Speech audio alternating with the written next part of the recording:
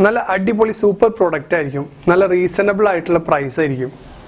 എന്നാലും ചില കസ്റ്റമേഴ്സ് വന്നു കഴിഞ്ഞാൽ പിന്നെ നമുക്ക് റീറ്റെയിൻ ചെയ്യാൻ പറ്റുന്നില്ല, അതല്ലെങ്കിൽ നമുക്ക് ആ കസ്റ്റമറെ നിലനിർത്താൻ പറ്റുന്നില്ല. എന്തുകൊണ്ട് നമുക്ക് കസ്റ്റമറെ നിലനിർത്താൻ പറ്റുന്നില്ല, അല്ലെങ്കിൽ കസ്റ്റമറെ എങ്ങനെ നിലനിർത്താം എന്നുള്ള 3-4 ടിപ്സുമായിട്ടാണ് ഇന്ന് ഞാൻ നിങ്ങൾക്ക് മുമ്പിൽ എത്തിയിട്ടുള്ളത്. എൻ്റെ പേര് Afla bin Muhammad and welcome to the new video. ആദ്യത്തെ ഫാക്ടർ അല്ലെങ്കിൽ ഫസ്റ്റ് ഫാക്ടർ എന്ന് പറയുന്നത് എംപ്ലോയീസ് തന്നെയാണ്. കാരണം നമ്മൾ പ്രൊഡക്റ്റ് ഉണ്ടാക്കി അത് പിന്നെ മാനുഫാക്ചർ നിന്നൊക്കെ വാങ്ങി നമ്മളത് എൻഡ് പ്രൊഡക്റ്റ് ആയിട്ട് ഒരു കൺസ്യൂമർക്ക് സെയിൽ ചെയ്യുമ്പോൾ അല്ലെങ്കിൽ കസ്റ്റമർക്ക് സെയിൽ ചെയ്യുമ്പോൾ അവിടെ നമ്മുടെ എൻഡ് യൂസർ എന്ന് പറയുന്നത് നമ്മുടെ എംപ്ലോയിയും അതുപോലെ തന്നെ കസ്റ്റമറാണ്. നമ്മുടെ എംപ്ലോയി കറക്റ്റായിട്ട് കമ്മ്യൂണിക്കേറ്റ് ചെയ്ത് അല്ലെങ്കിൽ കറക്റ്റായിട്ട് ഒരു ഇംപ്രഷൻ വാങ്ങിയാൽ മാത്രമേ നമുക്ക് ആ കസ്റ്റമർ റീറ്റെയിൻ ചെയ്യാൻ പറ്റുള്ളൂ. ഒരു എക്സാമ്പിൾ പറയുകയാണെങ്കിൽ നമ്മുടെ പ്രൊഡക്റ്റ് നല്ല നമ്മുടെ കസ്റ്റമർ സർവീസ് അല്ലെങ്കിൽ നമ്മുടെ എംപ്ലോയി മോശമാണെങ്കിൽ എങ്ങനെയാണ് കാരണം ആ എംപ്ലോയിയുടെ പേരിലല്ല പിന്നെ ആ ഒരു ഷോപ്പിന്റെ റിമാർക്ക് അറിയപ്പെടുക, അതല്ലെങ്കിൽ പിന്നെ നമ്മുടെ ഒരു കസ്റ്റമർ പറയാ ആ കട കൊള്ളൂല, അതല്ലെങ്കിൽ ആ ഒരു ഷോപ്പ് കൊള്ളൂല എന്ന് പറയില്ല, അല്ലാതെ ആ ഒരു വ്യക്തി കൊള്ളൂല എന്നൊരിക്കലും പറയില്ല. അപ്പോഴും ബുദ്ധിമുട്ട് നമ്മുടെ ഒരു സ്ഥാപനത്തിന് തന്നെയാണ്. ഉദാഹരണം പറയുകയാണെങ്കിൽ ഒരു ദിവസം ഒരു ലൈഫ് ഇൻഷുറൻസ് ഒക്കെ ഇല്ലേ, അപ്പോൾ അതിൻ്റെ ഏജന്റുമായിട്ട് ആദ്യമായിട്ട് ജോലിയിൽ കയറിയ ആളാണ്.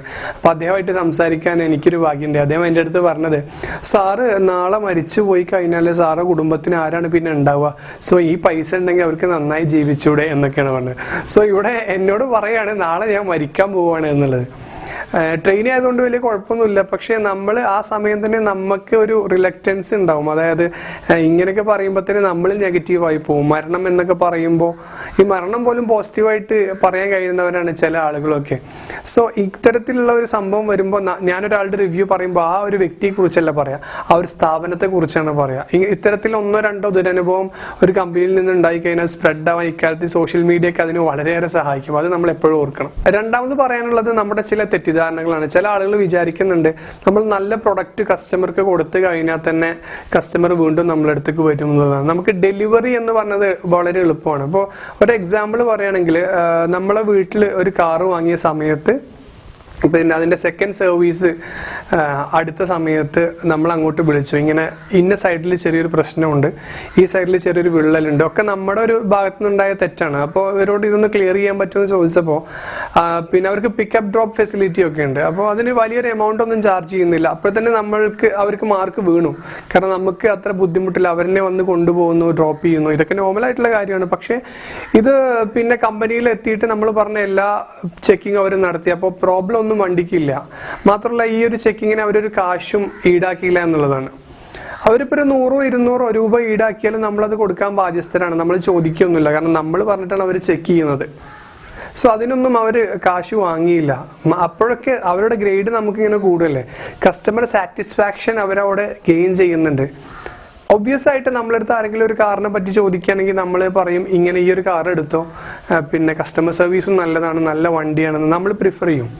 അല്ലെങ്കിൽ നമ്മൾ അവരോട് പറയും, നമ്മൾ സജസ്റ്റ് ചെയ്യും അവരോട് ഇങ്ങനെയൊക്കെയാണ് അതിൻ്റെ കാര്യങ്ങൾ, ഇത് നന്നാവും എന്നൊക്കെ പറയും.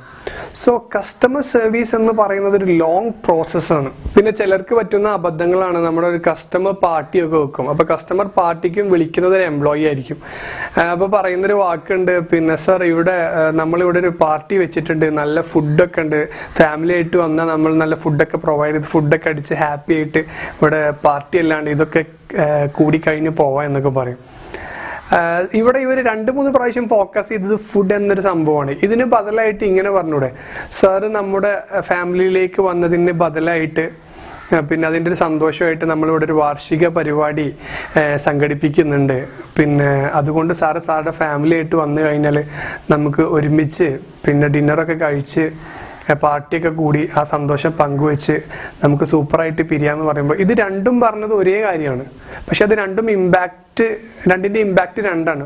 ഒന്നാമത്തേത് ഫുഡ് എന്ന് പറഞ്ഞൊരു കസ്റ്റമർ വിചാരിക്കും ഫുഡ് എന്താ ഞാൻ കണ്ടിട്ടില്ല എന്ന് വിചാരിക്കും. രണ്ടാമത്തേതിൽ കസ്റ്റമറെ നമ്മൾ ബഹുമാനിക്കുന്ന പോലെയാണ്. സോ അവിടെയും ഇംപ്രഷൻ കൂടുകയാണ്. സോ നമ്മൾ യൂസ് ചെയ്യുന്ന വാക്കുകൾ വളരെ ഇമ്പോർട്ടൻ്റ് ആണ്. സോ ഞാൻ നേരത്തെ പറഞ്ഞ പോലെ നല്ല ട്രെയിനിങ് കൊടുക്കുക, അതല്ലെങ്കിൽ നല്ലൊരു മോഡൽ ഉണ്ടാക്കുക. നമ്മുടെ ഓഫീസിൽ നല്ലൊരു മോഡൽ ഉണ്ടാക്കി ഇങ്ങനെ ആയിരിക്കണം, ഇത് ഇങ്ങനെ പോയിരിക്കണം എന്നുള്ളതൊക്കെ. നാലാമതായിട്ട് പറയുന്നത് കസ്റ്റമർ ഫീഡ്ബാക്ക്. അതായത് നിങ്ങൾ എന്ത് ചെയ്യുകയാണെങ്കിലും കസ്റ്റമറുടെ ഒരു ഫീഡ്ബാക്ക് എടുക്കുക.